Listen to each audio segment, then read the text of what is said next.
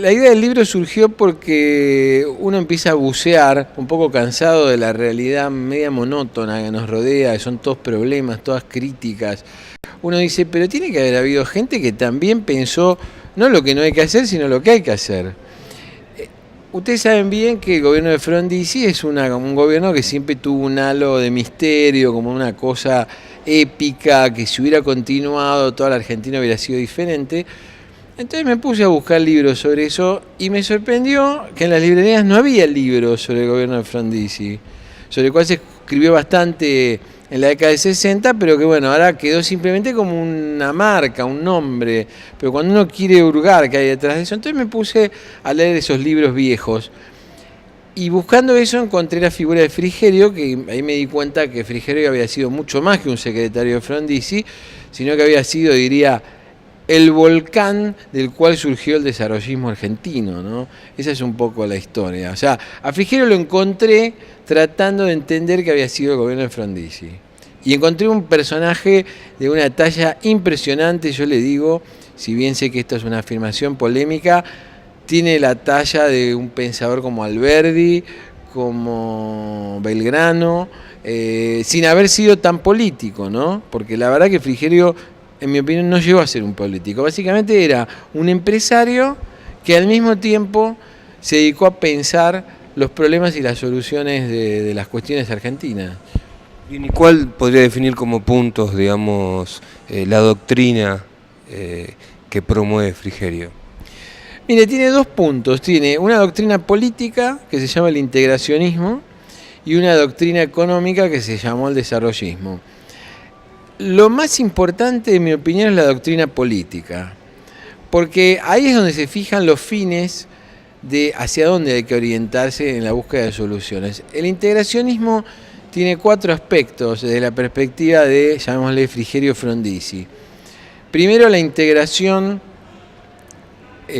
territorial de los argentinos a través de las comunicaciones y las obras de infraestructura a las que le dieron tanta importancia. Fíjese que la industria automotriz en la Argentina se desarrolla bajo el gobierno desarrollista. Después, la integración cultural, o sea, una vez que integramos el cuerpo, que es el territorio, integramos también la cultura. Esto no está tan visto porque se cree que el desarrollismo más que nada era una doctrina económica y que lo que buscaba era ver cómo producir progreso económico. No, ellos decían, la base de la nacionalidad es la cultura nacional. Y eso es lo que tenemos que alimentar. Y eso lo alimentaron bastante con la reforma universitaria que hicieron, por ejemplo. Después también está la integración del campo con la industria. Fueron uno de los primeros personajes en establecer que el campo y la industria de ninguna manera eran sectores condenados al antagonismo, sino que más bien eran sectores que se necesitaban y que se iban a interdesarrollar mutuamente. Y finalmente, algo que en esa época era mucho menos obvio que hoy, la necesidad de integrar el peronismo, los movimientos nacionales populares en un todo, y eliminar eso que era tan feo y que fue feo y que de alguna manera, de algún modo sobrevive, ¿no? Que es la antinomia peronismo-antiperonismo, popular-antipopular. Desde ya que el integracionismo es una doctrina puramente popular, lo que no es populista, y ahí viene la diferencia con el peronismo, y ahí pasamos a la parte de la doctrina económica. La doctrina económica, le diría básicamente, se diferencia la manera más fácil de entender dónde se ubica ideológicamente es comparándola con las alternativas, que son el liberalismo económico por un lado y el populismo por el otro. Usted sabe que el liberalismo económico se cree que el mercado va a resolver todo y que bueno, básicamente hay que hacer más mercado y eso va a generar la solución a través de los intercambios privados. En el otro lado, el populismo cree que el mercado es pernicioso, que hay que combatir el mercado, que se puede combatir y que hay que alterar el funcionamiento de las leyes de la economía, cosa que sabemos que tampoco eso es cierto. ¿Por qué falla el liberalismo en esto? Porque ignora las imperfecciones del mercado, que básicamente son la desigual distribución del poder entre los agentes económicos, no todos tienen el mismo poder, y la desigual distribución de la información, que genera personas con mayor privilegio informativo que otros y entonces asimetrías en los intercambios. El desarrollismo en eso se ubica en el medio y dice, bueno, en la medida que puedo usar el mercado cuando es competitivo, tengo que respetar el mercado porque no voy a poder violar esas leyes. Pero cuando encuentro ambientes oligopólicos donde tengo que regular, bueno, había que tratar de hacer una regulación inteligente. Después la otra gran diferencia también es la actitud de los funcionarios públicos. Generalmente los funcionarios liberales son serviles con el poder económico y tratan todo el tiempo de generar un ambiente pro negocios y punto. Por el otro lado, los funcionarios populistas son prepotentes, porque se creen los dueños de la verdad, los que pueden alterar la economía como a ellos se les antoja, sin respeto de ninguna ley económica. Y entonces, bueno, eso termina, esa prepotencia ya sabemos que termina generando conductas que no les favorecen a nadie, porque no es una buena consejera las decisiones económicas. Finalmente, también el desarrollismo se ubica en el medio, en el sentido del tratamiento a los pobres, o sea, las clases más necesitadas han sido generalmente ignoradas por los políticos del liberalismo económico, que consideran que los pobres, bueno, son una variable de ajuste del sistema y finalmente conseguirán algún trabajo y mientras tanto que se la arreglen como puedan. Por otro lado, los populistas, que si bien se encargan de los pobres porque no los dejan librados a su miseria y, como diría Marx, le tiran algunas migajas del festín, pero esas migajas no les alcanzan para salir de la pobreza, para tener no solo la ilusión, sino la verdadera esperanza de poder progresar. Entonces finalmente el populismo, no digo a propósito, pero sin quererlo, termina siendo de la pobreza un negocio.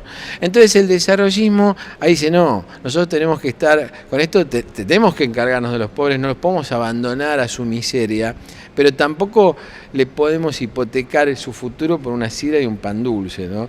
Entonces yo diría que el desarrollismo es una visión superadora de estos dos antagonismos y la idea central es esa, ¿no? Es la integración de los argentinos y buscar a través de los intercambios, la superación de estos problemas, porque realmente recursos nos sobran, pero hoy también nos sobran muchos. Es como esa gente que se enrolló el cerebro a sí mismo, ¿no? Estamos medio como empantanados en eso.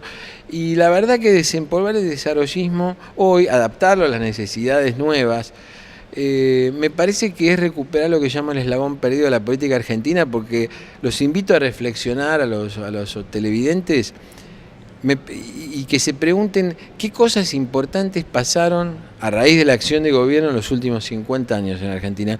Mi respuesta es que sinceramente en la Argentina en los últimos 50 años no pasó nada. Las cosas que sucedieron o son malas, son negativas, o son accidentalmente producto de la lotería de los precios internacionales. Pero el país ha estado sin comando. Y bueno, lo que necesitamos es volver a unirnos y volver a generar esa mística de tener un plan y de, en lugar de perder tanto tiempo en lo que llamo el conventillerío político, ¿no?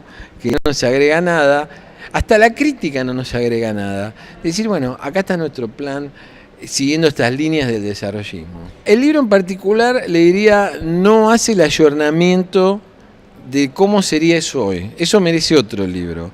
Lo que la gente va a encontrar en este libro son dos cosas. Primero, la historia y la biografía pública de Frigerio, que es apasionante, le diría, es como leer la historia de James Bond, ¿no es cierto? Un tipo que hizo un montón de cosas importantes.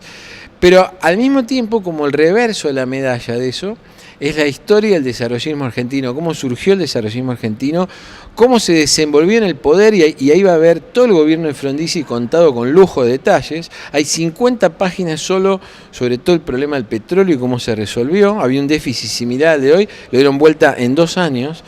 Y finalmente entender por qué fracasó, por qué desapareció del mapa. Entonces le diría, todo eso es muy inspirador y llevará a un segundo volumen de decir, bueno, ¿cómo sería adaptar esas ideas hoy?